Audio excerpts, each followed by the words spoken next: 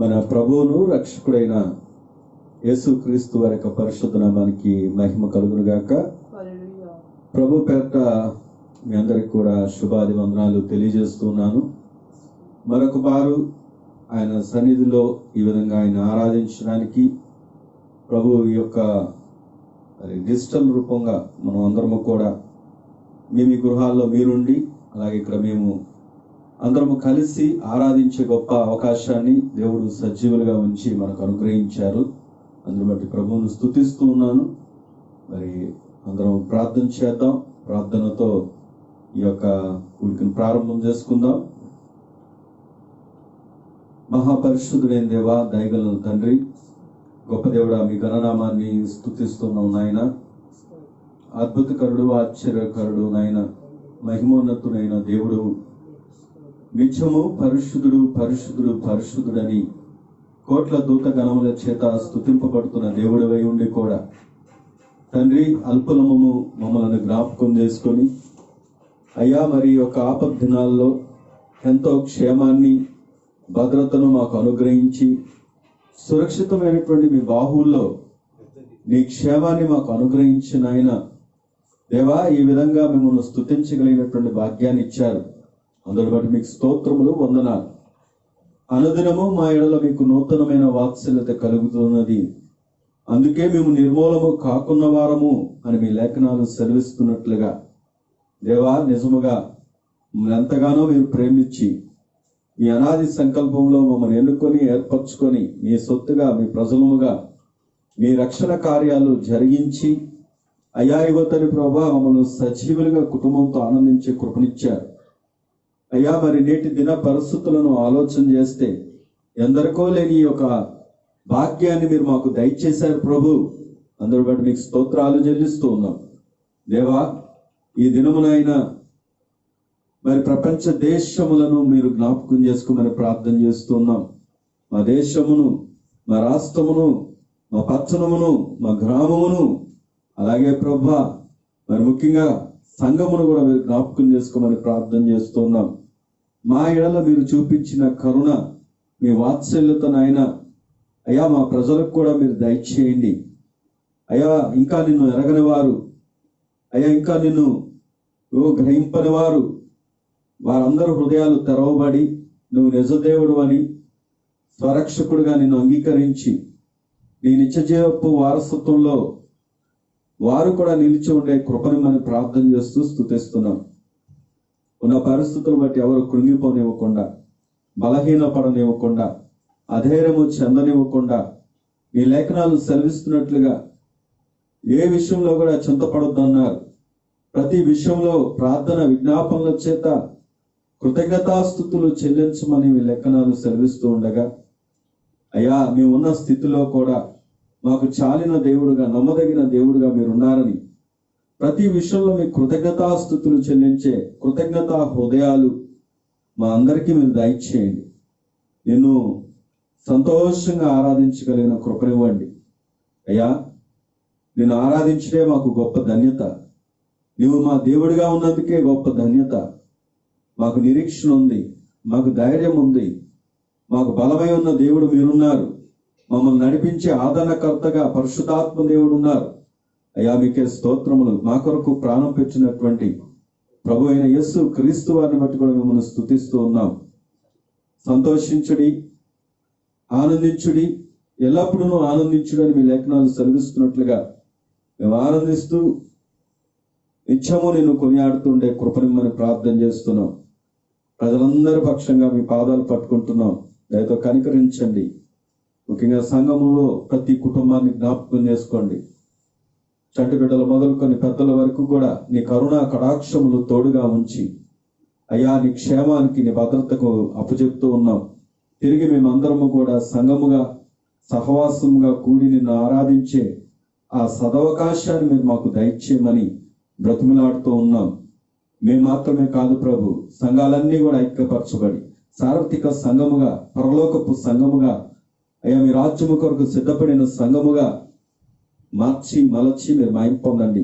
ఈ దినాల్లో మీరు మాకు ఏం నేర్పించాలనుకుంటున్నారో మేము గ్రహించి అటు మార్పులో రూపాంతరము చెంది అయ్యా నిత్యము నిన్ను వెంబడించే ఆ అనుభవాల్లోకి రావడానికి మీరే సహాయము దయచేయమని ప్రార్థన చేస్తూ సంఘాన్ని మేము ముందుకు తీసుకొస్తూ మా రాష్ట్రాన్ని మా దేశాన్ని కూడా మేము ముందుకు తీసుకొస్తున్నాం. ఈ పరిస్థితులన్నిటినీ చక్కదిద్దినైనా మీ సమకూర్పులో తిరిగినైనా ప్రజలు సుశాంతంగా ప్రభు నిన్ను ఆరాధించగలిగినటువంటి ఆ దివ్య భాగంలోకి నడిపించమని ప్రార్థన చేస్తూ స్తుతిస్తూ మా పాలకులు కూడా మంచి జ్ఞానాన్ని ఇమ్మని బ్రతిమలాడుతూ ఉన్నాం. వారు మీ ఆత్మచేత నడిపింపబడి ప్రజలకు మేలైనటువంటి పాలన చేయడానికి మీ కృపనివ్వండి.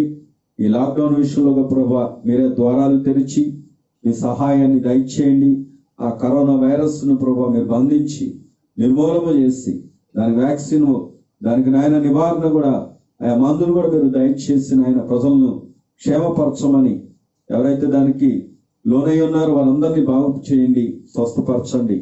ఇక అది వ్యాప్తి చెందకుండా మీరే మీ భద్రతను ఉంచండి. అంటే మీకు వందనాలు చెల్లిస్తున్నాం. ఈ దినము ప్రభు మరొకసారి నీ పాదాలు పట్టుకుంటూ ఉన్నాం. ఈ విధంగా ఈ దినముల్లో కూడా మిమ్మల్ని ఆరాధించగలిగినటువంటి గొప్ప భాగ్యాన్ని ఇచ్చారు అయ్యా. మరి ఈ ఆరాధనలు ఇక్కడితో ఆగిపోనివ్వకుండా తిరిగినైనా మేము సమాజంగా సంఘంగా సేవకులుగా అందరూ కూడి ఆరాధించే భాగ్యాన్ని ఇచ్చి మహిమ పొందమని ఈ విడలను ప్రభు ప్రత్యేకంగా ఎత్తుపడుతూ ఉన్నాం. నీ దీవెనలు పలుకుతూ శుభాలు పలుకుతూ సమస్త మహిమ మీరే పొందుకొనమని జరగవలసినటువంటి ఈ సిద్ధపాటి కొడుకును ఘనముగా మీరు జరిగించి సమస్త మహిమ ఘనత ప్రభావం మీ గణనామానికి పొందుకొనమని మీ వాక్యము ద్వారాతో మాతో మాట్లాడే దేవుడుగా మా అందరి హృదయాలు బలపరిచి సమస్త మహిమ మీరే పొందుకొనమని మా ప్రభువును రక్షకుడైన యేసు క్రీస్తు వారి యొక్క పరిశుద్ధ నామంలో ప్రార్థించి స్తుతించి పొంది ఉన్న మా పరమ తండ్రి, ఆమేన్. ఒక పాట పాడి ప్రభువుని గణపరచుదాం. మీరు కూడా మరి ఆ పాటలో ఏకీభవిస్తూ ప్రభువును స్తుతించవలసిందిగా మరి మనవి చేస్తూ ఉన్నాను. ఆరాధించెదము యేసయ్య నామమును పరిశుద్ధ సంఘముగా అన్ని వేళలా మేము ఆరాధించెదము యేసయ్య నామమును పరిశుద్ధ సంఘముగా అన్ని వేళలా మేము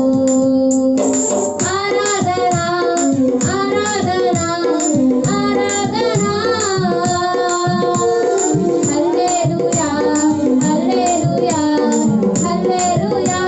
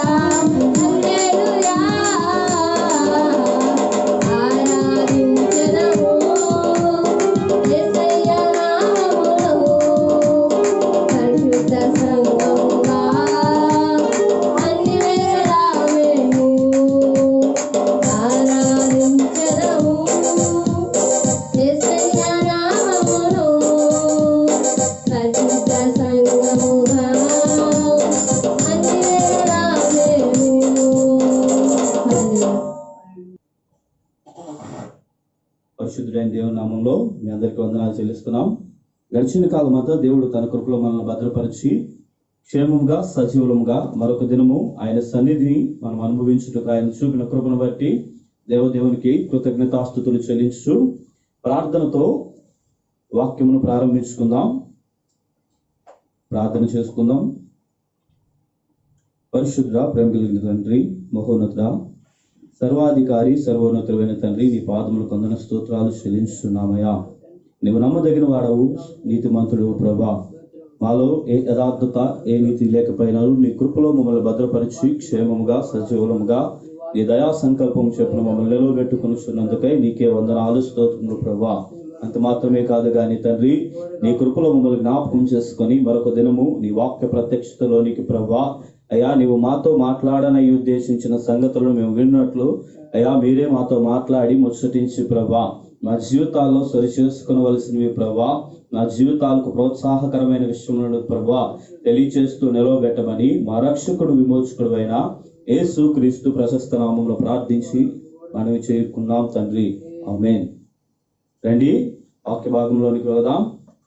కొరింథీయులకు రాసిన రెండవ పత్రిక 13వ అధ్యాయము 5వ వచనం చదువుకుందాం. కొరింథీయులకు రాసిన పత్రిక 2వ పత్రిక 13వ అధ్యాయము 5వ వచనం నుండి చూసుకుందాం. మీరు విశ్వాసం గలవారై ఉన్నారో లేదో మిమ్మల్ని మీరే శోధించుకొని చూచుకొనుడి, మిమ్మల్ని మీరే పరీక్షించుకొనుడి. మీరు భ్రష్టులు కాని ఎడల యేసు క్రీస్తు మీలో ఉన్నాడని మిమ్మల్ని గూర్చి మీరే ఎరుగరా. ఈ లేఖన భాగం బట్టి దేవుడు మన వెనుకల్లో దీవించును గాక. నిజంగా నేటి దినములు మనం పరిశీలన చేసినట్లయితే మనకు కలుగుతున్న ఈ పరిస్థితులు ఎన్నో విధాలుగా ఎందరికో ఎన్నో సంకటాలను తీసుకుని వస్తున్నాయి. అంత మాత్రమే కాదు కానీ మనం జనరల్ గా ఈ లాక్డౌన్ విషయము ప్రారంభం నుంచి మనం గమనించి చేసుకున్నట్లయితే ఒక సంఘటన చాలా మందికి కలవరాన్ని కలిగిస్తుంది. ఒక సంఘటన, అదే సంఘటన కొంతమందికి కొంత ఉత్సాహాన్ని కూడా కలిగిస్తుంది. ఏంటిది ఆ పరిస్థితి అని మనం ఆలోచన చేసినట్లయితే నిజంగా ఈ స్కూల్ విద్యార్థుల భవిష్యత్ విషయంలో జరిగే ఎగ్జామినేషన్, నిజంగా ఆ పరీక్షలు పోస్ట్ పోన్ అయినాయి. ఆ పరీక్షలు పోస్ట్ పోన్ అవడాన్ని బట్టి కొందరు విద్యార్థులు సంతోషిస్తూ ఉన్నారు, తల్లిదండ్రులు ఆలోచన చేస్తూ ఉన్నారు. కానీ ఆ పరీక్షలు జరుగుతున్నప్పుడు ఒక ఫలితం అయితే వెలువడుతుంది. ఆ పరీక్ష జరిగినప్పుడు ప్రతి ఒక పరీక్షకు ఫలితం వెలువడుతుంది. ఆ ఫలితం వెలువడినప్పుడు 3 రకాలైన ఫలితాలు ఉంటాయి. నిజంగా మనం ఆలోచన చేసుకుంటే జనరల్ గా ఏదైనా ఎగ్జామ్ జరిగి దాని రిజల్ట్ వచ్చిందంటే 3 టైప్ ఆఫ్ పీపుల్స్ మనం చూడగలుగుతాం. ఏంటంటే మొదటిగా టాపర్స్ ఉంటారు, రెండవదిగా యావరేజ్ స్టూడెంట్స్ ఉంటారు, మూడవదిగా ఫెయిల్యూర్స్ ఆర్ పూర్ స్టూడెంట్స్ ఉంటారు. నిజంగా దేవుడు ఈ లేఖన భాగాల ద్వారా మనతో కూడా మాట్లాడుతూ ఉన్నాడు. ఏమనంటే మిమ్మల్ని మీరే శోధించుకోనండి, పరిశోధించుకోనండి. దేవుడు మనకు ఈ దినముల్లో ఒక గొప్ప అవకాశాన్ని ఇస్తున్నాడు. నిజంగా మనం గమనించుకున్నట్లయితే ఇది మనకు ఒక సదవకాశం.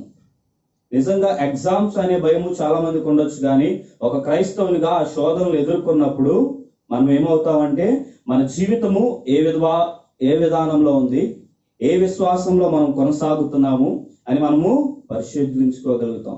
నిజంగా ఈ లేఖన భాగాలు తెలియజేస్తున్న ఏంటంటే మీరు విశ్వాసం గలవారై ఉన్నారో లేదో మిమ్మల్ని మీరే శోధించి చూచుకొనుడి, మిమ్మల్ని మీరే పరీక్షించుకొనుడి. నిజంగా ఇది ఒక గొప్ప అవకాశం. ఏంటంట ఈ పరిశోధించుకోవడానికి ఎగ్జామ్స్ విషయంలో చూస్తే ఎవరో క్వశ్చన్ పేపర్ ఇస్తారు, వేరెవరో దానికి ఆన్సర్స్ ప్రిపేర్ చేస్తారు. రాసిన వారి రిజల్ట్ ఎవరి మీద ఆధారపడి ఉంటాయంటే వారి దృక్పథంలో రాసిన వారికి ఇవి రిజల్ట్ అనేది ఆధారపడుతుంది. కానీ దేవుడు మనకి ఇస్తున్న ఒక గొప్ప భాగ్యం ఏంటంటే మిమ్మల్ని మీరే పరిశోధించుకోండి. మిమ్మల్ని మీరే ఒకసారి పరిశోధించుకుంటే మీ విలువ ఏంటిదో, మీ క్రైస్తవ జీవిత ప్రమాణం ఏంటిదో, మీ విశ్వాస జీవితంలోని విలువ ఏంటిదో తెలియచేస్తున్నాను అని చెప్పి లేఖన భాగాలు దేవుడు మన ముందు ఉంచుతున్నాడు. నిజంగా అలాగనే మనం పరిశీలన చేసుకున్నట్లయితే ఈ క్రైస్తవ జీవితంలో కూడా ఏవైతే క్లాస్లో 3 టైప్ ఆఫ్ రిజల్ట్స్ మనం చూస్తున్నామో ఈ క్రైస్తవ జీవితంలో కూడా 3 రకాలైన విశ్వాసాలను మనము గమనించవచ్చు. ఏంటి ఆ విశ్వాసాలు? విశ్వాస జీవితంలో విశ్వాసాల్లో కూడా రకాలు ఉంటాయంటే నిజం. ఈ వచనాన్ని మనం పరిశీలన చేసుకున్నట్లయితే ఆ విశ్వాసాలు ఎన్ని రకాలుగా ఉంటాయి మనం పరిశోధన చేసుకున్నప్పుడు వెలువడే విశ్వాసాలు 3 రకాలుగా ఉంటాయి. వాటిని దేవుడు బయలుపరిచిన విధానంలో ఇక్కడ 3 విధాలుగా రాసుకున్నాం. ఏంటంటే ఇంగ్లీష్లో ఇట్లా రాసుకుని ఉన్నాం. ఒకటి కౌంటర్ఫీట్ బిలీవర్, రెండవదిగా కన్ఫ్యూజ్డ్ బిలీవర్, మూడవదిగా కాన్ఫిడెంట్ బిలీవర్. ఈ మూడింటిని మనం తెలుగులో అనువదించుకుంటే ఎట్లాగ అనుకోవచ్చు. కౌంటర్ఫీట్ బిలీవర్ అనే దాన్ని ఒక నకిలీ విశ్వాసి, రెండవదిగా confused Christian or confused believer, దాని విషయంలో మనం ఆలోచన చేస్తే నిలకడలేని విశ్వాసి, మూడవదిగా కాన్ఫిడెంట్ బిలీవర్, దాన్ని మనం ఆలోచన చేస్తే నికార్సైన విశ్వాసి. ఈ విశ్వాస జీవిత ప్రమాణంలో ప్రతి ఒక్కరి జీవితంలో ఎదుర్కొనవలసిన పరీక్ష ఇది ఖచ్చితం. మనము పరీక్షించుకోవలసిన వారమే, ఆ పరీక్షలో నిలవవలసిన వారమే. ఆ పరీక్ష మన ముందు ఎదురైనప్పుడు మన జీవితం ఏ విశ్వాస జీవితంలో ఉన్నదనేది దేవుడు ఈరోజు ఈ రాత్రికాల సమయంలో మన ముందు ఉంచుతున్నాడు. ఏంటిది? మనం ఎక్కడ ఉన్నాం? నకిలీ విశ్వాసులుగా ఉన్నామా? నిలకడలేని విశ్వాసులుగా ఉన్నామా? నికార్సైన విశ్వాసులుగా, నికార్సైన భక్తి జీవితము గడిపే వారుగా ఉన్నామో అని దేవుడు మన ముందు ఉంచు లేఖన భాగాలను అంటున్నాడు. మిమ్మల్ని మీరే పరిశీలించుకోండి, మిమ్మల్ని మీరే పరీక్షించుకోండి. మనం పరీక్షించుకోవడానికి ఆధారం ఏంటి? స్టూడెంట్స్ కంటే ఆ సబ్జెక్ట్స్ ఇవన్నీ ఉంటాయి. మనల్ని పరిశీలించుకోవడానికి ఏంటిది ఆధారం అంటే దేవుని లేఖనాలే చెప్తున్నాయి. ఏంటంటే దేవుని లేఖనమే మనకు ఆధారం, ఆయన వాక్యమే మనకు ఆశ్రయం. వాళ్ళు పరిశీలించుకోవడానికైనా మనం సరిదిద్దుకోవడానికైనా ఏంటిది మనకు ఆధారం అంటే దేవుని వాక్యమే. నిజంగా గమనించుకుంటే ఒకసారి చూద్దాం. మొదటిగా నకిలీ విశ్వాసి. నకిలీ విశ్వాసుల జీవితాల్లో వాళ్ళ క్రియలు ఎట్లా ఉంటాయి?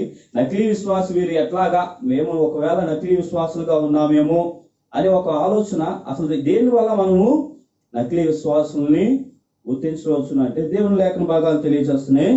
మొదటి లూకాసు వార్త 9వ అధ్యాయము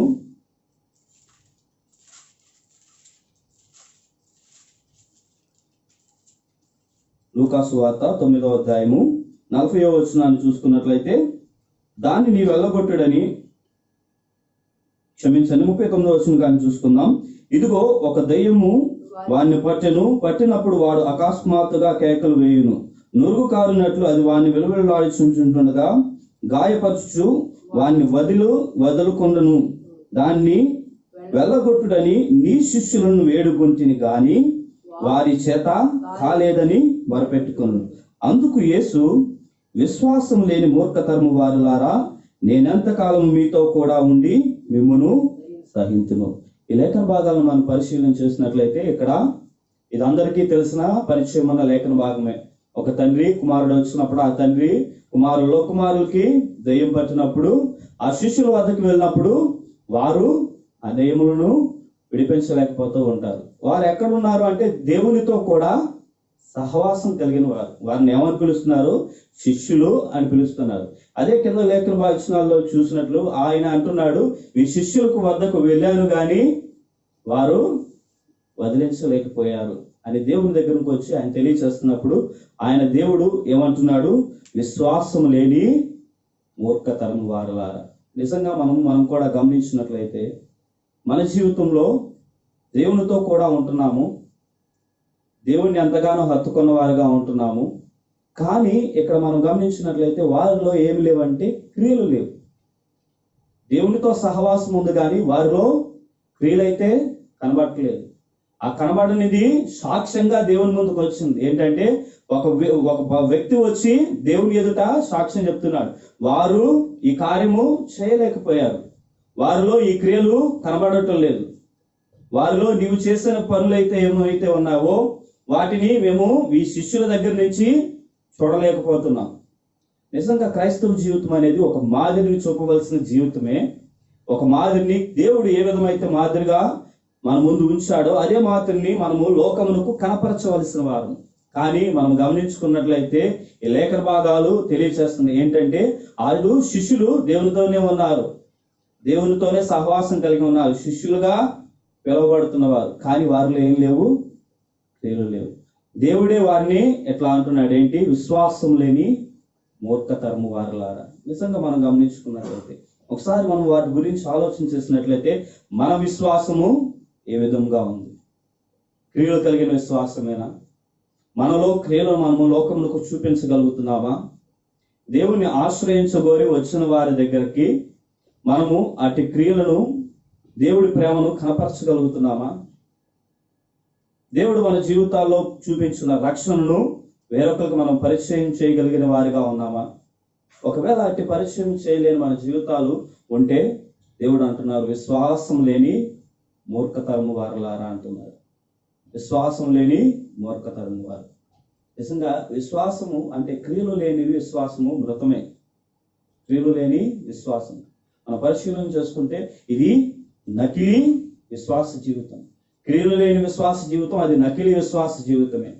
అంత మాత్రమే కాదు, ఈ నకిలీ విశ్వాస జీవితంలో ఇంకా మనం ఏం చూడగలుగుతాం?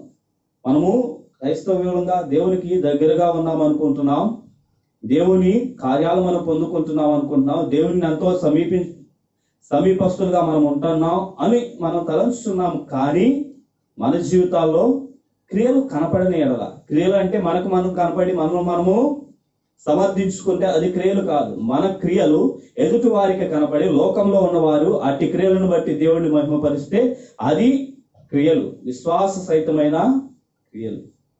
నిజంగా అంత మాత్రమే కాదు, ఈ నకిలీ విశ్వాస జీవితంలో ఇంకా మనము వేటిని చూడగలమంటే, రెండవదిగా చూస్తాం యెషయా గ్రంథము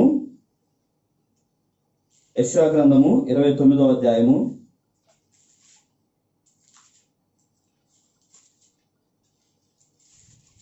29వ అధ్యాయము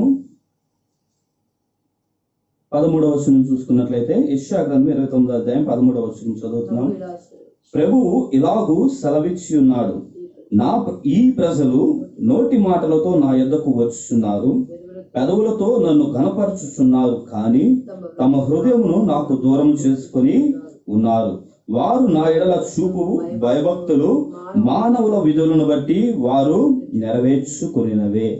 నిజంగా రెండవదిగా నకిలీ విశ్వాస జీవితంలో కనపడే భక్తి విషయం ఎట్లా ఉన్నదంటే, వారు చేసే భయభక్తి అంట నోటి నుండి వస్తుంది కానీ వారి హృదయం నుండి రావట్లేదంట.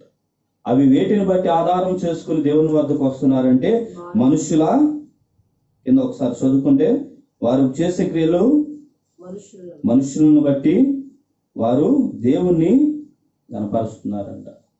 నిజంగా నకిలీ విశ్వాసి అనే వారి జీవితాల్లో కలిగే రెండవ ఒక సత్యం ఏంటంటే, మనం గ్రహించవలసింది, వారు దేవుని వద్దకు వస్తున్నారు కానీ ఎవరిని బట్టి వారు దేవుని వద్దకు వస్తున్నారు?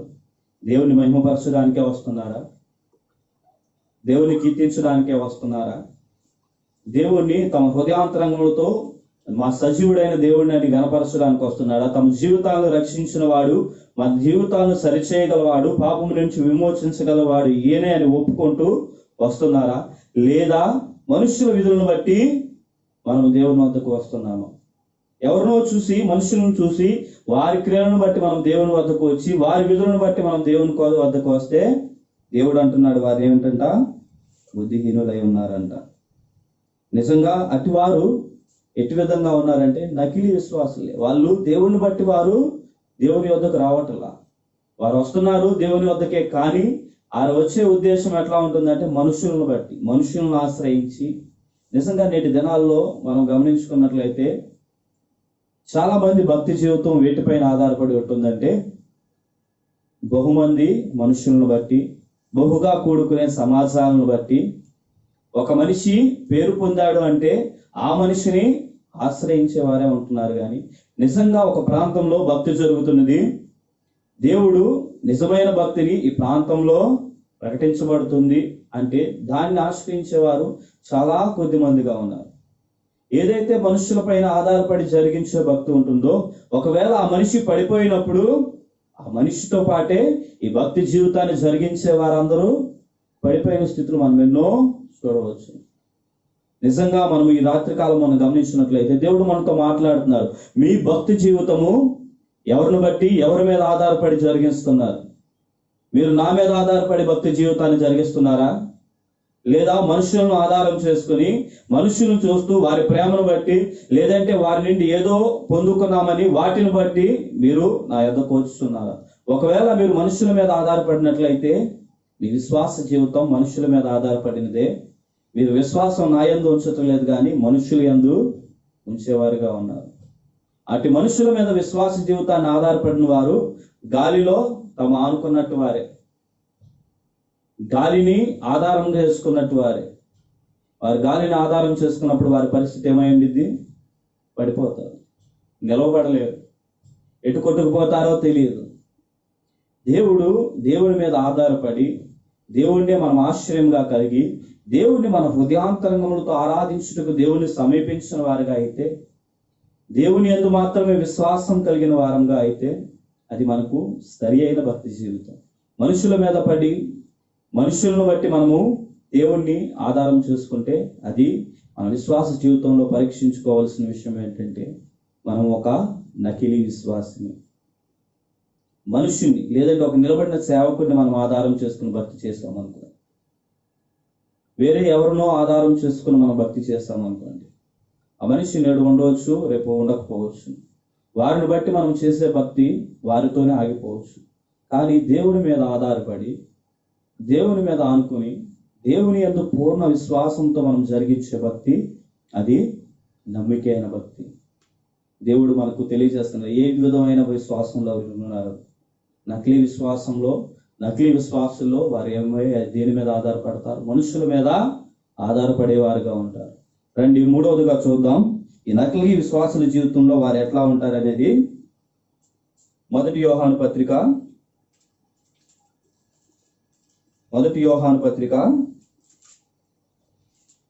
మొదటి అధ్యాయము 6వ వచనాన్ని చూసుకున్నట్లయితే, ఆయనతో కూడా సహవాసము గలవారమని చెప్పుకొని చీకటిలో నడిచిన యెడల మనం అబద్ధమాడుచు సత్యమును జరపుకుందుము. అయితే ఆయన వెలుగులోనున్న ప్రకారము మనమును వెలుగులోని నడిచిన యెడల మనం అన్యోన్య సహవాసము గలవారమై యుందుము. అప్పుడు ఆయన కుమారుడైన యేసు రక్తము ప్రతి పాపముల నుండి మనలను పవిత్రులుగా చేయును. మనము పాపము లేరు వారమని చెప్పుకొని యెడల మనలను మనమే మోసపుచ్చుకుందుము, మరియు మనలో సత్యం ఉండదు. మన పాపములను మనము ఒప్పుకొని యెడల ఆయన నమ్మదగిన వాడును నీతిమంతుడును గనక ఆయన మన పాపములను క్షమించి సమస్త దుర్నీతి నుండి మనలను పవిత్రులుగా చేయును. మనము పాపము చేయలేదని చెప్పుకొని యెడల ఆయనను అబద్ధికునుగా చేయువారమగుదుము, మరియు ఆయన వాక్యము మనలో ఉండదు. నిజంగా ఈ మూడవదిగా మనం గమనించినట్లయితే ఏంటంటే వారి ప్రవర్తనను బట్టి వారు ఎలా ఉన్నారు? నకిలీ విశ్వాసులు పాపమును దాచిపెట్టేవారుగా ఉన్నారు. 6వ వచనం అదే చెప్తుంది ఏంటంటే, ఆయనతో సహవాసం గలవారమై చెప్పుకొనుచు చీకటిలో నడిచిన యెడల. మనం దేవునితో సహవాసము కలిగి ఉన్నామని, చాలా మంచి భక్తి జీవితాన్ని మనం జరిగిస్తున్నామని మనం చెప్పుకుంటున్నాం. కానీ మన ప్రవర్తన చీకటి సంబంధమైనదైతే, మన ప్రవర్తన దేవునికి వ్యతిరేకమైనదైతే, పాపంతో మనం సంబంధం కలిగి ఉంటే, ఆ పాపాన్ని దాచిపెడుతూ మనం భక్తి గలవారమని చెప్పుకుంటూ ఉంటే అదే విధంగా నిజంగా ఇటువంటి వారికి బైబిల్ ఒక మాట ఉపయోగిస్తుంది. అటు వారిని ఉద్దేశిస్తూ బైబిల్ ఈ లేఖనాలు ఏం తెలియజేస్తున్నాయంటే అటు వారిని వేషధారణతో కూడిన భక్తి. పైకి భక్తి గలవారముగా ప్రవర్తిస్తున్నాం కానీ మన అంతరంగంలో పాపము ఇమిడిపోయి ఉందేమో, మన అంతరంగంలో పాపము గూడు కట్టుకుని ఉన్నదేమో, మన భక్తి జీవితం సమాజంలో బాగానే ఉంటుందేమో కానీ ఒంటరిగా ఉన్నప్పుడు మన భక్తి జీవితం ఎట్లా ఉంటుంది? ఎవరు చూడనప్పుడు మన భక్తి జీవితం ఎట్లా ఉంటుంది? పాపంతోనే మన సహవాసం కలిగి ఉంటున్నాం కానీ నేను విశ్వాసిని, దేవుని ఎరిగిన వాడను అని చెప్పుకుంటున్నామేమో. ఒకవేళ అటు విశ్వాస జీవితం మీరు గడుపుచున్నట్లయితే దేవుడు లేఖన భాగాలు మనకు తెలియజేస్తుంది ఏంటంటే, నీ విశ్వాస జీవితము నకిలీ, నీవు నకిలీ విశ్వాసివి, నీ విశ్వాసివి కాదు, నేను విశ్వాసిని అని చెప్పుకోవడానికి అర్హుడు కాదు. నకిలీ విశ్వాస జీవితమే నువ్వు గడుపుతున్నావు, అటు నకిలీ విశ్వాస జీవితంలోనే ఉన్నావు. ఈ నకిలీ విశ్వాస జీవితం కలిగిన వారి జీవితాల్లో దేవుడు తెలియజేస్తూ 3 విషయాలు మన ముందుకు ఉంచారు. ఏంటంటే క్రియలు లేని విశ్వాసాన్ని మనం కలిగిన వారమైతే నకిలీ విశ్వాసులమే. మనుషుల మీద ఆధారపడి భక్తిని జరిగించే వారమైతే నకిలీ విశ్వాసులమే. పాపమును దాచిపెడుతూ, పాపమును కప్పుకొనుచు, దాన్ని ఒప్పుకొనక విడిచిపెట్టక, దానితో సహవాసం కలిగి దేవుని ఎదుట మేము భక్తి గలవారమని, లోకం ఎదుట మేము భక్తి గలవారమని ప్రకటించుకుంటున్నామంటే మనము నకిలీ విశ్వాసులమే. ఏది మన విశ్వాస జీవితం?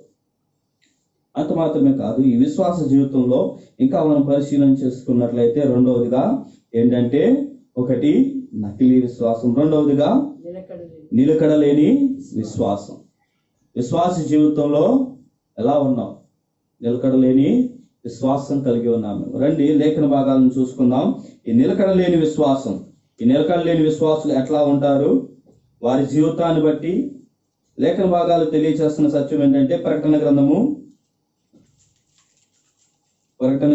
3వ అధ్యాయము 15-16 వచనాలను చదువుకున్నట్లయితే, నీ క్రియలను నేను ఎరుగుదును, నీవు చల్లగానైనను వెచ్చగానైనను లేవు. నీవు చల్లగానైనను వెచ్చగానైనను ఉండిన ఎడల మేలు. నీవు వెచ్చగానైనను చల్లగానైనను ఉండక నులివెచ్చగా ఉన్నావు గనుక నేను నిన్ను నా నోటి నుండి ఉమ్మివేయ ఉద్దేశించుతున్నాను. నిజంగా పరిశీలన చేసుకున్నట్లయితే దేవుని లేఖన భాగాలు తెలియజేస్తున్న ఒక అద్భుతమైన సత్యం ఏంటంటే, దేవుని లేఖ మనం వీటిని పరిశీలనలో తెలుస్తున్నాయి. ఈ నిలకడలేని విశ్వాస జీవితం ఎట్లా ఉంటుందంటే, ఇటు దేవునితోనూ ఉండరు, అటు లోకంతోనూ ఉండలేరు. వారు దేవునితోనూ ఉంటారు, లోకంతోనూ ఉంటారు. ఈ రెండింటితో సహవాసం చేస్తూ ఉంటారు. వారిలో ఒక నిలకడ ఉండదు. కొన్ని దినములు దేవుని మందిరాన్ని ఆశ్రయిస్తూ ఉంటారు, కొన్ని దినములు లోకంలో గడుపుతూ ఉంటారు. ఇటు వీరు లోకంలో సేవకులతో సహవాసం కలిగి ఉంటారు, ఈ లోకంలో అన్యజనులైన ఆచారములతో, వాటి సంప్రదాయములతో, వాటితో కూడా సహవాసం కలిగి ఉంటారు. నిజంగా క్రైస్తవ భక్తి జీవితంలో ఇది నేడు చాలా సాధారణముగా అయిపోతుంది. మనం గమనించుకున్నట్లయితే ఒక రూఢి అయిన విశ్వాసంలో ఎవరు లేరు, స్థిరంగా ఎవరు లేరు. అందరూ చంచలంగా, చాలా వరకు చంచలమైన స్థితిలోనే ఉన్నారు.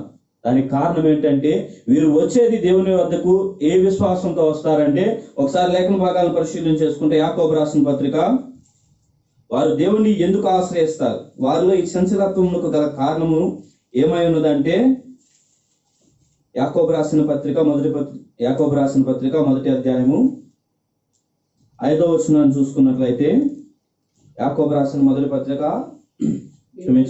అధ్యాయము 5వ వచనం, మీలో ఎవరికైనాను జ్ఞానము కొదువుగా ఉన్న ఎడల అతడు దేవుని అడగవలెను, అప్పుడు అది అతనికి అనుగ్రహింపబడును.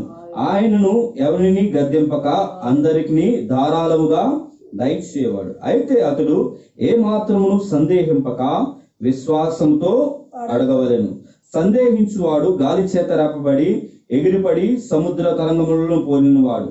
అట్టి మనుష్యుడు ద్విమనస్కుడై తమ సమస్త మార్గముల యందు అస్థిరుడు గనక ప్రభువున తనకేమైనను దొరకనని తలంచుకొనరాదు.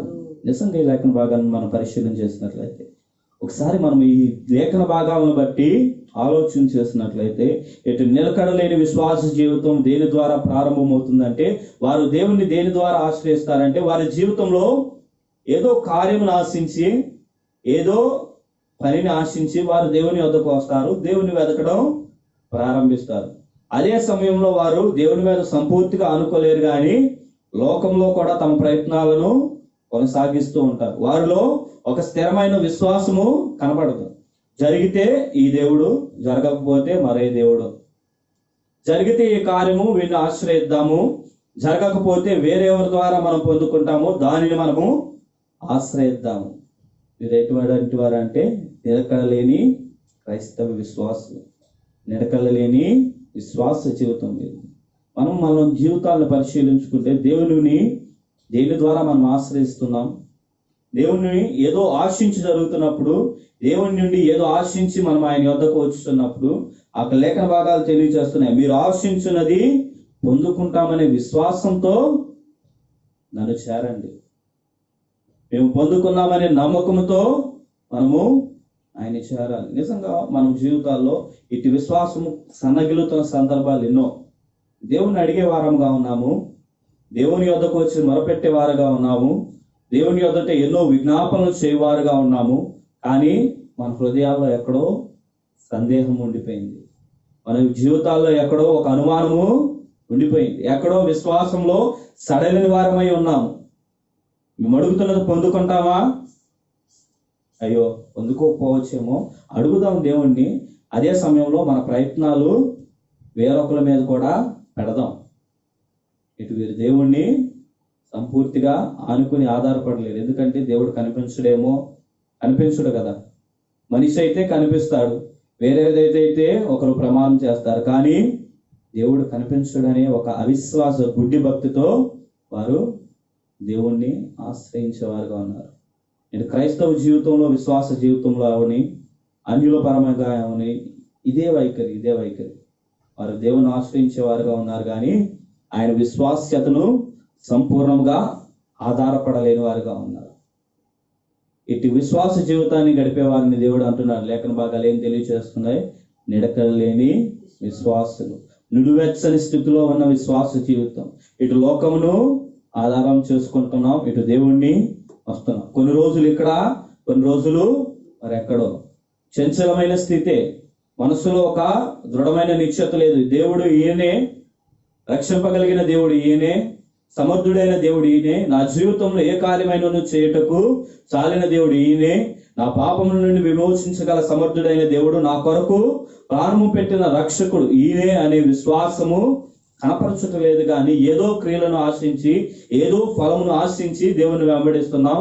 ఆ ఫలమును పొందుకోలేని, నిలకడలేని చంచలత్వమైన విశ్వాస జీవితంలో మనం ఉన్నామేమో. దేవుడి వాక్యం మన ముందుకు వస్తూ చెప్తుంది, ఈ విశ్వాస జీవితము నిలకడలేనిదిగా ఉన్నదేమో, నిలువెచ్చని స్థితిలో ఉన్నావేమో. ఒకసారి పరిశీలించుకో. అంత మాత్రమే కాదు, ఈ క్రైస్తవ జీవితంలో ఈ నకిలీ విశ్వాసులు, నిలకడలేని విశ్వాసులే కాదు, కానీ మన భక్తి జీవితంలో దేవుడు తెలియజేస్తున్నాడు, నీ విధానం ఎట్టి విధంగా ఉండాలంటే నిఖార్సైన విశ్వాస జీవితం. రండి లేఖన భాగాలను చూద్దాం. ఇటు నిఖార్సైన విశ్వాసుల వైఖరి ఎట్లా ఉంటుందో. పేతురు రాసిన మొదటి పత్రిక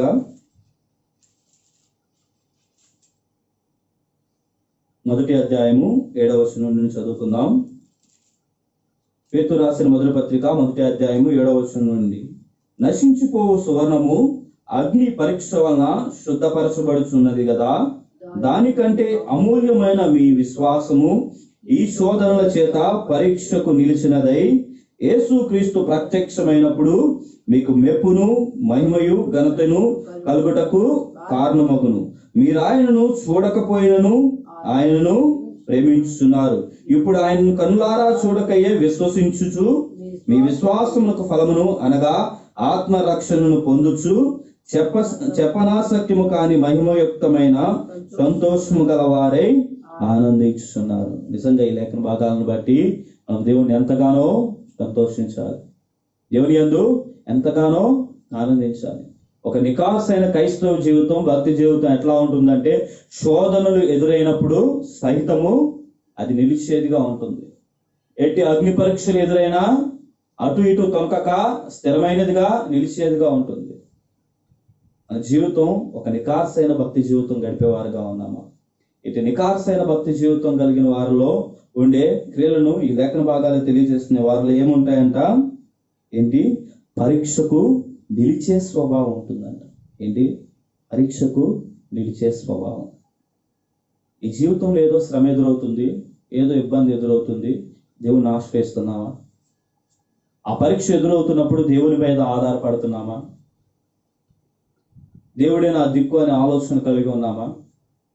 అతి ఆలోచన మన జీవితాల్లో లేకుండా పోతే మన విశ్వాసం సడలిపోయిన వారమే. నికార్సైన, నిలకడైన దేవుని విశ్వాసంలో మనము లేనట్టి వారమే. మన ప్రమాణము క్రైస్తవ జీవితానికి ఎప్పుడు శోధనలు మనల్ని సువర్ణముగా మార్చడానికే మన ముందుకు వస్తూ ఉంటాయి. ఎన్నో టెంప్టేషన్స్ మనం ఎదుర్కోవాల్సిన సందర్భాలు వస్తూ ఉంటాయి. అటు వాటిని మనం ఎదుర్కొన్నప్పుడు వాటిలో తొలగిపోయేవారుగా ఉంటున్నామా? వాటిని జయించే విశ్వాసం క్రీస్తు పైన ఆధారపడుతూ అటు వాటిలో నిలిచేవారుగా ఉంటున్నామా? ఈ లోకంతో కలిసి మనం సహవాసం చేస్తున్నప్పుడు ఎన్నో పరిస్థితులు మనల్ని వెనకలకు లాగాలనే చూస్తూ ఉంటాయి. ఎన్నో ఆశలు మనల్ని కృంగదీయాలనే చూస్తూ ఉంటాయి. నిస్సహాయకరమైన స్థితులు ఎన్నయో క్రైస్తవ భక్తి జీవితాన్ని దెబ్బతీయాలనే చూస్తూ ఉంటాయి. సాతాను మెయిన్ ఉద్దేశము మనల్ని వెనుకకు లాగాలనే కలిగి ఉంటాడు. కానీ వీటన్నిటిలో మనం నిలిచేవారుగా ఉన్నామా, పడిపోయేవారుగా ఉన్నామా? ఒకవేళ వాటిలో నిలవలేక పడిపోయిన స్థితిలో మనం ఉంటే మనము దేవుని ఎదుట నిఖార్సైన విశ్వాస జీవితాన్ని గడపలేని వారుగా ఉన్నాం. నిఖార్సైన భక్తి జీవితాన్ని గడపలేకపోతున్న వారుగా. ఇంకా అంత మాత్రమే కాదు, కింద లేఖన భాగాలు చూస్తే అట్టి వారు నిఖార్సైన విశ్వాసం ఎట్లా ఉంటారంటే, మీరు ఆయనను చూడకయునను ఆయనను ప్రేమించుచున్నారు. ఏంటంట? వారు దేవుణ్ణి ప్రేమించేవారుగా ఉన్నారంట. వారు ఎవరిని ప్రేమిస్తున్నారు? దేవుణ్ణి ప్రేమిస్తూ ఉన్నారంట. మీరు ఎవరిని ప్రేమిస్తున్నారు? దేవుణ్ణేనా? నిజంగా ఆలోచన చేసుకున్నట్లయితే మనము దేవుణ్ణే ప్రేమిస్తున్నాం, దేవుణ్ణే మేము వెంబడిస్తున్నాం అంటున్నారు. కానీ ఈ లేఖన భాగాలు తెలియజేస్తున్న సత్యం ఏంటంటే, వారు ఆయనను చూడకయే ప్రేమిస్తున్నారంట. ఒక నిజమైన క్రైస్తవ విశ్వాసి ఆయన జీవితంలో ఏదైనా ఇబ్బందులు కలిగినప్పుడు, ఒకవేళ దేవుడు సహాయంగా లేకపోయిన పరిస్థితులు, యోబునే చూసుకున్నట్లయితే తన జీవితము దినదినము కృషించిపోతున్నాడు. దేవుడు తనకు ఆశ్రయంగా కలిగి లేడని తలంచవచ్చు. ఆయన ఇరుకులో ఇబ్బందుల్లో దేవుని ప్రత్యక్షతను మనం చూడకపోవచ్చు. ఆయన మన ఎదుట కావాలని అట్టి శ్రమలు శోధనలు నిలపవచ్చు. అట్టి జీవితంలో కూడా దేవుణ్ణి ప్రేమించగలుగుతున్నామా? శోధనలు ఎదురైనప్పుడు దేవుణ్ణి ప్రేమించేవారుగా ఉన్నామా? ఇరుకులు ఎదురైనప్పుడు దేవుణ్ణి ప్రేమించేవారుగా ఉన్నామా? చాలే, ఈయనేం దేవుడు మమ్మల్ని ఎంత శోధనలోనికి పెట్టేసి కనీసం ఏ విధమైన సహాయాన్ని చేయుటకు మా యొద్దకు రావటం లేదు అని తలంచి దేవుణ్ణి విస్మరించేవారుగా ఉన్నామా? దేవుని చులకనగా చేసి చూసేవారుగా ఉన్నామా? అట్లాగైతే దేవుని లేఖన భాగాలు తెలియజేస్తున్నాయి, మీరు నిఖార్సైన విశ్వాసులు కాదు, ఇది ఒక రూఢి అయిన భక్తి జీవితము కాదు.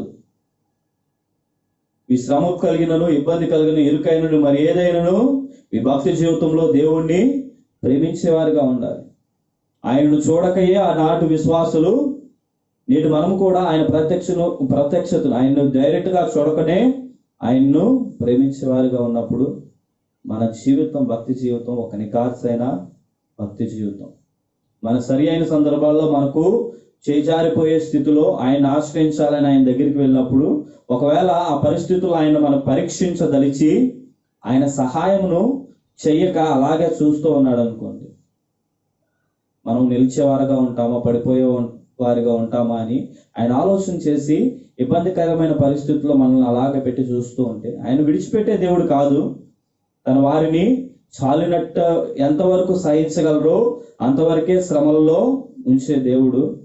మనం తట్టుకోగలిగిన పరిస్థితుల్లో కూడా తట్టుకోలేక దేవుణ్ణి ప్రేమించలేక వైదొలిగే వారిగా ఉన్నామనుకోండి, మన విశ్వాసము నకిలీ విశ్వాసము, నిలకడ లేని విశ్వాసమే. నిఖార్సైన భక్తి జీవితం మనలో కనపడకపోవచ్చు. నిజంగా ఈ ఎగ్జామినేషన్ ఏదైతే శోధన మనల్ని పరీక్షించుకునే స్థితి మన ముందుకు, మన భక్తి జీవితాల్లోనికి దేవుడు ఈ రాత్రికాల సమయం ఎందుకు తీసుకొని వచ్చాడంటే, మీ పరిస్థితి ఏమై ఉన్నది, మీ విశ్వాస జీవితము ఏమై ఉన్నది. మీరు విశ్వాసులని చెప్పుకుంటున్నారు, నకిలీ విశ్వాసులుగా ఉన్నారేమో, క్రియలు మీలో లేవేమో, మనుషులను ఆధారం చేసుకుని దేవుడిని ఆశ్రయించే వారిగా ఉన్నారేమో, పాపమును కప్పుకుంటూ దేవుని ఎదుట భక్తి గలవారమని ప్రవర్తించుతున్న వారేమో. దేవుడు అంటున్నాడు, అతి విశ్వాసము నకిలీ విశ్వాసం. ఎగ్జామ్ జరిగినప్పుడు ఖచ్చితంగా ఒక రిజల్ట్ ఉంటుంది. నిజంగా భక్తి జీవితంలో కూడా ఒక రిజల్ట్ ఉంటుంది. నిజం మనం లేఖన భాగాలన్నింటినీ, చదివిన లేఖన భాగాలన్నింటినీ పరిశీలన చేసుకున్నట్లయితే నకిలీ విశ్వాసులకి ఒక రిజల్ట్ ఉంది, ఈ నిలకడలేని విశ్వాసులకి ఒక రిజల్ట్ ఉంది, ఈ నిఖార్సైన క్రైస్తవ భక్తి జీవితాన్ని గడిపిన వారికి ఒక రిజల్ట్ ఉంది. ఏంటి ఆ రిజల్ట్లు అంటే ఒకసారి చూద్దాం. ఏదైతే లూకాసు వార్త 9వ అధ్యాయము లూకాసు వార్త 9వ అధ్యాయము 40 వచనం చూసుకున్నట్లయితే, లూకాసు వార్త 9వ అధ్యాయము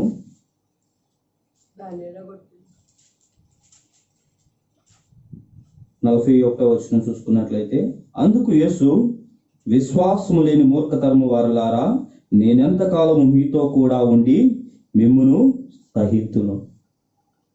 నిజంగా దేవుడు సహించలేనట్టి వారుగా ఉంటాను మేము. ఆయన సహింతును అనే మాట అన్నాడంటే మిమ్మల్ని నేను ఇంకా తాళను, నేను క్షమించను. మీ నకిలీ విశ్వాసమును బట్టి మీరు నాతో ఉండే అర్హతను కోల్పోవలసిన స్థితి ఎదురవుతుంది. మీరు నాతో సహవాసం చేసే, నిత్యము సహవాసం చేసే అట్టి స్థితిని కోల్పోతారు. దేవుడు సహించే దేవుడు కాదు. ఎంత దీర్ఘశాంతం చూపించినను ఆయన ఒక తీర్పు దినం అన్నప్పుడు మనం ఎదురైనప్పుడు, అటు తీర్పు దినంలో ఇటు నకిలీ భక్తి జీవితాన్ని మనం కలిగి ఉన్నప్పుడు ఆయన సహించి విడిచిపెట్టేవాడు కాదు. ఆయన కనికర సంపన్నుడే, కాదనడానికి మనకి ఏమాత్రము ఆస్కారం లేదు. అదే సమయంలో ఆయన సత్యమును ధరించినవాడు, ఆయన సత్యస్వరూపి అన్న మాటను నెరవేర్చే దేవుడు. మన నకిలీ విశ్వాసమును, నకిలీ భక్తి జీవితాన్ని కలిగి ఉన్నప్పుడు ఆయన సహించుడు, ఆయన మనలను విడిచిపెట్టేవాడుగా ఉన్నాడు. అంత మాత్రమే కాదు, ఈ నిలకడ లేని వారి విశ్వాస జీవితాన్ని చూసినట్లయితే ప్రకటన గ్రంథంలోనే అంటున్నాడు. ప్రకటన గ్రంథము 3వ అధ్యాయము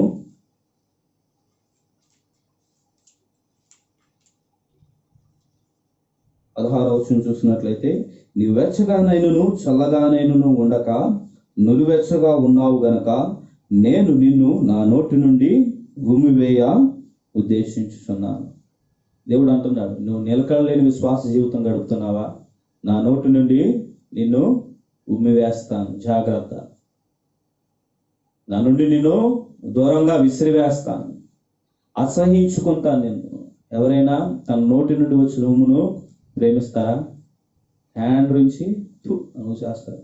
దాన్ని తిరిగి చూడడానికైనాను ఎవరు ఇష్టపడరు. మనుషులుగా ఉన్న మనము అట్టి విధంగా ఉంటే దేవుడు రోషం కలిగిన వాడు, ఆయన ఎంత మాత్రము సహించేవాడు కాదు. నోటి నుండి ఉమ్మి వేసినప్పుడు మన స్థితి, ఆయన ఉమ్మి వేశాడంటే ఆ ఉమ్మి డైరెక్ట్గా ఎక్కడికి వెళ్ళిపోతుంది? నిత్య నరకాగ్నిలోనికే పోతుంది. అక్కడే మనము నిత్యము కాలిపోయేవారుగా ఉంటామేమో. నులువెచ్చని స్థితి నీలో ఉన్నదేమో, గ్రహించుకో. దేవుడు మాట్లాడుతూ ఉన్నాడు, అట్టి నులువెచ్చని స్థితిలో నుండి నువ్వు బయటికి రా. అంత మాత్రమే కాదు, ఈ నికార్సైన క్రైస్తవ భక్తి జీవితం ఏ విధమైన ఫలమును కోరుకుంటుంది, ఏ విధమైన ఫలంలో వారు నిలుస్తారు అనే దాన్ని చూసుకున్నట్లయితే పేతురు రాసిన మొదటి పత్రికలోనే ఉంది. వారు ఏంటంట చూసుకున్నట్లయితే 8వ వచనం చూసుకున్నట్లయితే, క్షమించండి, 7వ వచనం నుంచి చూసుకుందాం. నశించిపో సువర్ణము అగ్ని పరీక్ష వలన శుద్ధపరచబడింది కదా, దానికంటే అమూల్యమైన మీ విశ్వాసము ఈ శోధనల చేత పరీక్షకు నిలిచినదై యేసు క్రీస్తు ప్రత్యక్షమైనప్పుడు మీకు మెప్పును, మహిమయు, ఘనతయు కలుగుటకు కారణమగును. లేఖన భాగాలు మన జీవితంలో ఎంతగానో ఒక ప్రోత్సాహకరమైన విషయాన్ని తెలియజేస్తున్నారు. ఒకవేళ మీరు ఇప్పుడు శోధనలు ఎదురుగుండా వెళ్ళవచ్చును, శ్రమల గుండా వెళ్ళవచ్చును, ఇటు కఠినమైన పరిస్థితుల గుండా వెళ్ళవచ్చును. ఇటు కఠినమైన పరిస్థితుల్లో కూడా నిలకడగలిగిన విశ్వాసమును మనం ప్రదర్శించి ఒక నికార్సైన భక్తి జీవితాన్ని మనం గడిపినప్పుడు, ఆయన ప్రత్యక్షమైనప్పుడు మనం ఏం పొందుకుంటామంట? మహిమను, మెప్పును. అంత మాత్రమే కాదు, ఇంకా కింద వచనాలు చూసుకున్నట్లయితే, చెప్పనా సత్యము కాని మహిమయుక్తమైన సంతోషము గలవారమై ఆనందిస్తామంట. నేటి శ్రమలు మనకు తాత్కాలికమే, నేటి ఇబ్బందులు మనకు తాత్కాలికమే. దేవుడు ప్రత్యక్షమైనప్పుడు ఆ ఇబ్బందులన్నీ, ఆ శ్రమలన్నీ, మన భక్తి జీవితం అంతా ఎట్లా అయిపోతుందంట? చెప్పనా సత్యము కానీ మహిమయుక్తమైన సంతోషం కలదిగా మారిపోతుందంట. మనం గమనించుకున్నట్లయితే నిజంగా ఒకసారి మన హృదయాల్లో ఆలోచన చేసుకున్నట్లయితే, అబద్ధంతో కూడిన ఆలోచన కాదు కానీ నిజమైన ఆలోచన చేసుకున్నట్లయితే, మన జీవితం నికార్సైన భక్తి జీవితం కలిగి ఉన్నామా? ఒకవేళ లేకపోతే దేవుడు తెలియచేస్తున్నాడు, మీరు నిలబడిపోయే వారుగా ఉంటారేమో, భూమి వేయబడి వారుగా ఉంటారేమో. దయతో ఈ రాత్రికాల సంబంధం దేవుడు మన ముందుకు తీసుకొస్తున్న ఈ మాటలను మనం గ్రహించి తెలియచేసుకునే మాటలు దేవుడు తెలియచేస్తున్న మాటలు. మీ విశ్వాస జీవితం నకిలీ విశ్వాస జీవితమేమో, నిలకడలేని విశ్వాస జీవితమేమో. ఏ పరీక్ష అయినా మన ముందుకు వచ్చినప్పుడు అది మనను దేవుడి మాటలు మన ముందుకు తీసుకొస్తూ తెప్పుతున్నాడు. వీటిని బట్టి మనము నిరుత్సాహపడడానికి కాదు, కానీ మన స్థితిని మెరుగుపరుచుకోవడానికే దేవుడు మన ముందుకు ఈ మాటలు తీసుకొస్తున్నాడు. మన స్థితి ఎప్పుడైనా ఎగ్జామ్ ఎదురైనప్పుడు, రిజల్ట్ వచ్చినప్పుడు పూర్ స్టూడెంట్గా ఉన్న వారిని టీచర్స్ కానీ పేరెంట్స్ కానీ ఏమంటారు, మీరు ఇంప్రూవ్ అవ్వాలి. పూర్గా ఉన్నవాడు యావరేజ్గా ఉన్నవాడు బ్రిలియంట్ స్టూడెంట్గా ఏ విధంగా తన స్థితిని పెంపొందించుకోవడానికి చూస్తాడో, నేడు మన లేఖన భాగాలు మన ముందుకు వస్తూ చెప్తున్న మాట. ఒకవేళ నీ స్థితి నకిలీగా ఉందేమో, నిలకడలేనిదిగా ఉందేమో చూడండి. ఒక ప్రోత్సాహకరమైన మాట ఏంటంటే, ఒక నిఖార్సైన భక్తి జీవితంలోనికి వెళ్ళడానికి మిమ్మల్ని మీరు ప్రోత్సహించుకొని పరీక్షించుకోండి. వాటి ద్వారా మీరేమవుతారు? దేవునిలో ఆనందించగలిగే వారుగా ఉంటారు, దేవునిలో నిలిచేవారుగా ఉంటారు. నిజంగా మనము ఈ రాత్రికాల సమయం ముందు దేవుడు మనకిచ్చిన ఇటు ప్రశస్తమైన వాక్యాన్ని బట్టి ప్రతి ఒక్కరము మన హృదయాలను ఒకవైపు దేవుని వైపు తిప్పుకొంచు. ఆయన మన ముందు కూర్చుని ఈ వాక్యాలను బట్టి, దేవా ఇవి మా జీవితంలో ఒకవేళ ఒక భక్తికరమైన విశ్వాస జీవితాన్ని గడపడానికి ఆశించుతున్నావు, దాన్ని బట్టి మమ్మల్ని ప్రోత్సహించాలనుకుంటూ ఈ లేఖన భాగాలు దేవుడు మన వెనుకల్లో దీవించునుగాక. వాక్యం విన్న దాన్ని బట్టి అందరము కళ్ళు వంచి ప్రార్థనతో దేవుణ్ణి సమీపిద్దాం. అందరూ కళ్ళు మూసుకుని తల వంచినట్లయితే ప్రార్థన చేసుకుందాం.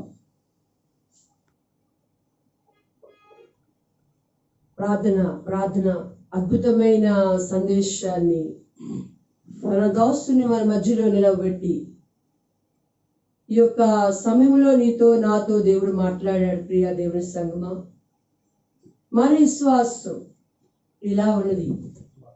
ఈ కొంచెం కాలము శ్రమ దినాల్లో, నేటి సమయాల్లో మన విశ్వాసం ఎలా ఉన్నదని మనల్ని పరీక్షించుకోమని భక్తులు లేఖనాల ద్వారా సెలవిస్తూ ఉండగా, ఈ యొక్క సమయంలో మన విశ్వాసం ఎలా ఉంది? నిజమే, అద్భుతమైన సందేశం. నిలకడలేని విశ్వాసంగా మనం ఉన్నామా? ఒకవేళ నకిలీ విశ్వాసంగా మనం ఉన్నామా?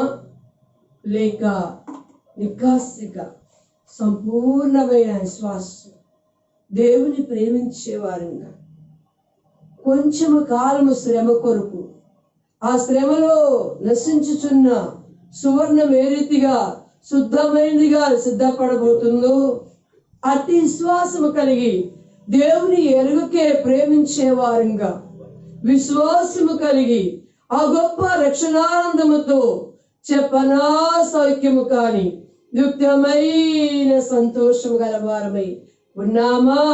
ఒకసారి మనల్ని పరీక్షించుకుందాం. ఆయన దేవుడు శక్తిని బట్టి జీవించుచున్నది.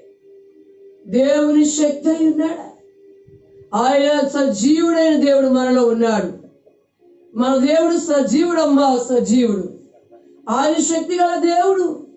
నువ్వు చింతపడడానికి, బలహీనం అవ్వడానికి, ప్రస్తుత కాలము కొంచెము శ్రమ దినాలలో నువ్వు కృంగిపోవడానికి నువ్వు నిలువెత్తని స్థితిలో లేవు. నువ్వు చల్లారిపోయిన స్థితిలో లేవు. నువ్వు దౌర్భాగ్య స్థితిలో లేవు. నువ్వు నోటును నువ్వేయబడే స్థితిలో లేవు. విశ్వాసము ఆయన ప్రేమిస్తున్న వాడిగా ఉన్నావు. నువ్వు పాపమును ఒప్పుకోని వాడిగా, దాచిపెట్టేవాడిగా, హృదయంలో పాపము నించుకొని అదిగో గాలికి రేపబడి ఎగురుతున్న అలవలే సందేశించేవాడిగా నువ్వు లేవని మేము నమ్ముచున్నాం. నీ విశ్వాసం సంపూర్ణంగా. నువ్వు భయపడనక్కల్లా. ఆయన మనతో ఉన్నాడు. ఆయన స్వరక్తం ఇచ్చి సంపాదించిన ఆ సంఘము కొరకు ఆయన ప్రాణమును పెట్టాడమ్మా. ప్రాణం పెట్టాడు. ప్రియా దేవుని సంఘము, ఈ కొంచెం దినాలు శ్రమను బట్టి నువ్వు కృంగిపోవద్దు, నువ్వు బలహీనమవద్దు. తండ్రి అయిన దేవుడు, ప్రభు అయిన దేవుడు, ఆయన వర్తమాన భూత భవిష్యత్తు కాలమందు ఆది సంభూతుడై సర్వాధికారైన దేవుడు ప్రభువు తన బలమును స్వీకరించి ఏలువాడు. నీ గుడారంలో నీ కుటుంబంలో నీతో ఉన్నాడు. తన గొర్రె పిల్ల రక్తముతో మనం ప్రత్యక్షించి ఆయన రెక్కల కింద మనల్ని కప్పి ఆయన ఏ కీడు రాకుండా నేటి దినాలు నీ కుటుంబాన్ని కాపాడుతున్న దేవుడమ్మా. నిన్ను సంరక్షిస్తున్న దేవుడు. ఆయన నీ గుడారంలో ఉన్నాడా? నీ హృదయంలో ఉన్నాడా లేదా? ఒక్కసారి నిన్ను నువ్వు పరీక్షించుకొని క్రీస్తు యేసు నీతో ఉంటే చెప్పనా సఖ్యమైన అయ్యా మయోయుక్తమైన నిత్యానంద భక్తురాలుగా నీవు నీ కుటుంబం ఉంటుందని మరొకసారి లేఖనాల ద్వారా దేవుడు మనతో మాట్లాడారు. మహోన్నతమైన మా తండ్రి, గొప్ప దేవుడు అమిస్తోంది. అవును నాయన, కొంచెము దినాలు శ్రమలు ప్రభా, కొంచెం దినాలు సంగముగా సమూహంగా కూడి ఆరాధించలేకపోయినప్పటికీ నాయన మీరు మా మధ్యలో ఉన్నారు తండ్రి. ప్రతి గుడారంలో మీరు ఉన్నారు ప్రభా, ఉన్నారు తండ్రి. ప్రతి గుడారంలో మీరు ఉన్నారు నాయన. అయ్యా, నువ్వు కాపాడుతున్న దేవుడు. నీ బిడ్డలు నువ్వు సంరక్షిస్తున్నావు నాయన. మహారాజుగా, వైద్యుడిగా, ప్రభువుగా, బోధకుడుగా, ప్రేమామయుడిగా, పిలిచిన వాడుగా, రక్షకుడుగా తండ్రి మా ఇంట మా గుడారాలని ఉన్నావు నాయన. మమ్మల్ని సంరక్షిస్తూ పోషిస్తూ ఆదరిస్తూ భద్రపరుస్తున్న అయ్యా సంఘం అంతటిని బట్టి కృతజ్ఞత స్తోత్రాలు చెల్లిస్తూ ప్రభా, కాపురు లేని గొర్రెల వలె ఉన్నారు.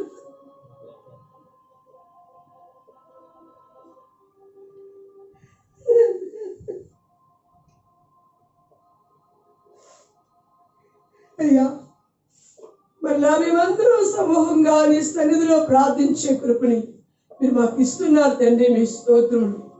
ప్రపంచం ఎంతో అల్లకొల్లలుగా ఉంది నాయన. ప్రపంచ దేశ రాష్ట్ర ప్రాంత పట్టణాలు పల్లెలు భూమండలంలో ప్రతి మానవులకు నాయన అయ్యా భయంకరమైన శోధన కార్యములు మేము ఉండగా తండ్రి మమ్మల్ని కాపాడిన దేవుడు. ఇట్టి దినాల్లో మీరే నాయన మా కుటుంబాలు మా బిడ్డలను ఎంతో సురక్షితంగా క్షేమముగా భద్రపరిచావు తండ్రి. నీ కృతజ్ఞత స్తోత్రాలు చెల్లిస్తున్నాను. గొప్ప దేవుడా అయ్యా, ఇదిగోరా దేశాలు నాయన ప్రపంచ దేశాలని మీ బావులకు అప్పగిస్తున్నాను. ఈ వైరస్ నాయన భూస్థాపన చేయి తండ్రి. అయ్యా, నీ కనపడక వినపడకుండా అయ్యా నీ ప్రజలను కాపాడు. క్షమించిన ఆయన, కనికరించిన ఆయన అయ్యా నీ స్తోత్రములు తండ్రి. నీకు వందనాలు చెల్లిస్తున్నాం అయ్యా. నీకు స్తోత్రములు ప్రభు, నీకు స్తోత్రం. నువ్వు కాపాడే దేవుడు నాయన. ఈ వైరస్ నుండి ప్రజల్ని కాపాడు నాయన. అస్వస్థతో ఉన్న ప్రజల్ని స్వస్థపరచు నాయన. పరమోజ్యుడు తండ్రి, నీవే మా దిక్కు మా దేవుడు నాయన. భూమి మీద ఉన్న ప్రతి సంఘము నాయన తండ్రి అయ్యా ఇదిగో నాయన నువ్వెన్నిక చేసుకున్న అతి పరిశుద్ధులు ఆత్మీయులు ఎందరో రోదన చేయుచుండగా తండ్రి నువ్వు దాటిపోయే దేవుడు కాదు నాయన.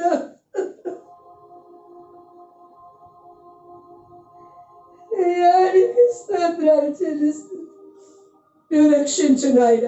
అయ్యా, ఈ వైరస్ నుండి ప్రజలందరినీ కాపాడు నాయన.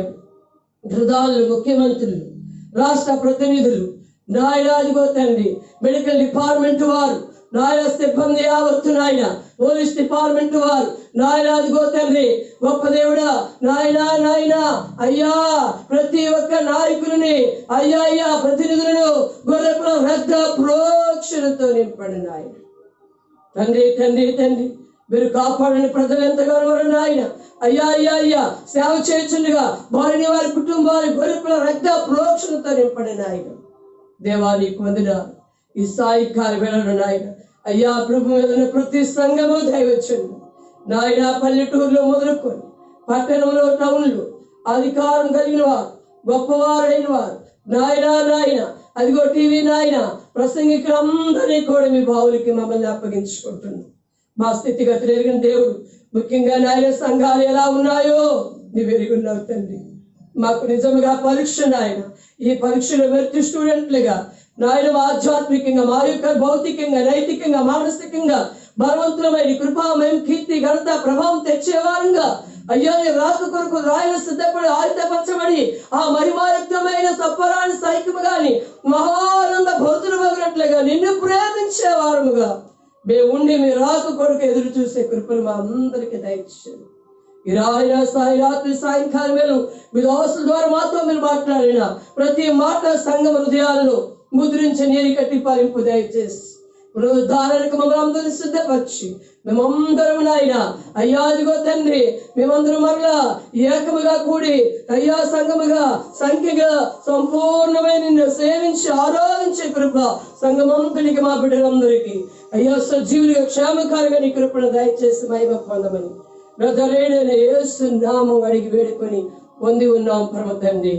ఆమేన్. తండ్రి అయిన దేవుడు దయ, కుమారునేస్తు క్రీస్తు వారినంత కృప, పరిశుద్ధాత్మ నిత్య ఆనంద సంతోష సమాధాన ఆశీర్వాదం పరిశుద్ధులకు సంఘములకు సకల పరిశుద్ధులకు ప్రార్థనలు వేరేకేపించిన ప్రతి కుటుంబానికి దేశమంతటికి సదా తోడే విజయం ఇచ్చిన గాక. ఆమేన్. అందరికీ వందనాలు. అందరికీ వందనాలు.